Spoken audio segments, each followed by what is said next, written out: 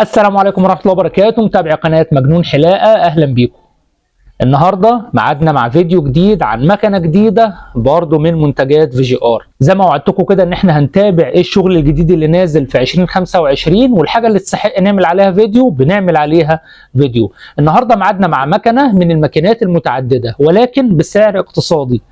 فيها اوبشن موجود في مكن قبل كده، ولكن التعديل الجديد في التطوير، في الموتور، في الدرجات، شغل اعلى من الشغل اللي موجود شبهها في السوق.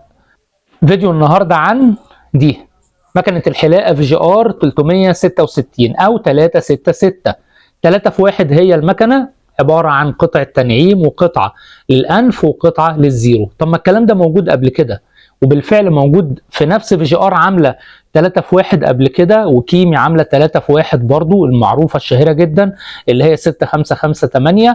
ولكن هنا في تطوير، في جديد. الجديد مش في الشكل بس ولكن في الاوبشن. تعالوا نفتح العلبه بس الاول كده ونشوف شكل المكنه من جوه ايه. شكل المكنه من الداخل زي ما قلت لكم كده ان فيها قطعه للتنعيم وقطعه للزيرو وقطعه للانف. الجديد في المكنه دي ومش موجود في المكنه 3 في 1 قبل كده ان فيها سرعه موتور اعلى. اولا بتدي لك الاوبشن ده، هنشوف كده الشكل التنعيم اهو. بتدي لك هنا كده ده الصوت زي ما انتم سامعين، تمام. دي سرعه الموتور.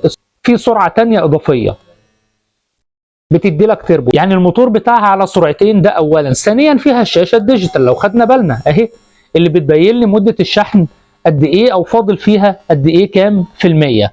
دي اول حاجه جديده في المكن التلاتة في واحد، اللي طبعا البودي بتاعها بلاستيك مش معدن. كويسه جدا في تنعيمها على فكره، شغلها حلو في التنعيم بتاعها. كمان تعرف تحلق بيها بسهوله، مش ان انت هتضطر تعمل كده عشان تحلق، لا اهي انت ماسك المكنه كانك ماسك شفره جيلت مثلا، فهتعرف تحلق بيها كويس جدا وتنعم بيها بعد الزيرو. ولو دقنك قصيره بقالها يومين بالظبط محلوقه بالموس، اتكل على الله واشتغل على طول. مش محلوقه بقى بالموس يبقى هتضطر تركب القطعه الثانيه. بتفك دي كده، بتضغط كده فبتفك من بعضها. وهنركب دلوقتي القطعه الزيرو.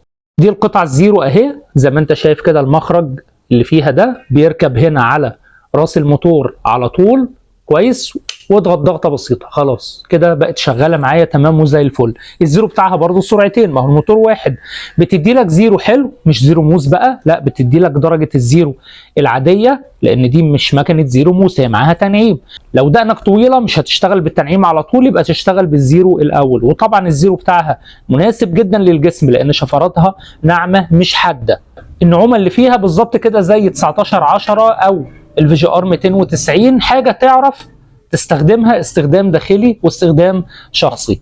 في اوبشن ثالث بقى مش موجود في كل الماكينات الثلاثة في واحد، وهو التدريج. الاضافه الجديده اللي مش موجوده في اي مكن 3 في 1 قبل كده، وهي الدرجات بتاعتها. معاها 5 درجات، 1 و2 و3 و4 و5 مللي. 5 درجات. صعب تلاقي مكنه 3 في 1 فيها الدرجات دي. هضرب لكم مثال، مثلا الكيمي 6558 اللي هي المشهوره قوي 3 في 1 معاها درجه واحده بس، درجه واحده فقط هي اللي فيها. لكن هنا الاوبشن بتاعها بيديك لحد 5 درجات زياده. القطعه الاخيره معانا وهي القطعه الخاصه بالنظافه او الاهتمام بالانف والاذن. بتشيل طبعا القطعه الزيرو دي، شلناها اهو، وهتركب قطعه الانف نفس الكلام، طريقه سهله جدا. ده كده في قلب الموتور وبتضغط عليها ضغطه بسيطه، خلاص كده ركبت وبقت تمام وزي الفل. معاها الفرشه والمزيته الخاصه بيها. طبعا قطعه التنعيم ما بتتزيتش، قطعه التنعيم اوعى تزيتها نهائي. الزيت ده بيبقى فقط لقطعه الزيرو اللي هي دي. قطعه التنعيم او قطعه الانف ما تزيتهمش نهائي. طبعا التزييت بيبقى كل مرتين او 3 استخدام على حسب استخدامك، مرتين 3 ونقطتين زيت فقط كده على السلاح الحديد، وبتمسحها بمنديل وكده خلاص بتتعامل. الشاحن بتاعها اهو تايب سي، وبيركب طبعا على اي راس شاحن. ولو راس الشاحن بطيء بيكون افضل، بلاش الشحن السريع قوي في المكن الجديد ده. مده شحن المكنه حوالي ساعه ونص، وتشغيلها برضو حوالي ساعه ونص. هتلاقي المعلومات مكتوبه في ظهر المكنه. المكنه بتشحن معاك في ساعه ونص وبتدي لك شغل متواصل 90 دقيقه، يعني برضو حوالي ساعه ونص. البطاريه قوتها 600 ملي امبير، والمكنه بتشتغل معاك كورد وكوردلس، يعني ينفع لو فصلت منك وانت شغال تحلق بيها. لو فصلت منك وصلها في الشاحن بعد ما تطفي الباور وتفضل كمل بيها حلاقه. المكنه كويسه جدا بسعر اقتصادي للناس اللي بتدور على حاجة متعددة ويكون سعرها في المعقول. المكنة متوسط سعرها الحالي يعني حوالي 500 جنيه وقت تصوير الفيديو. موجودة طبعا عندنا هنا في سنتر مجنون حلاقة. هسيب لك العنوان ورقم التواصل في الانبوكس. اتمنى يكون الفيديو عجبكم. استنونا في فيديوهات تانية ان شاء الله تبقى مفيدة ليكم. تحياتي للجميع، تصبحوا على الف خير. سلام.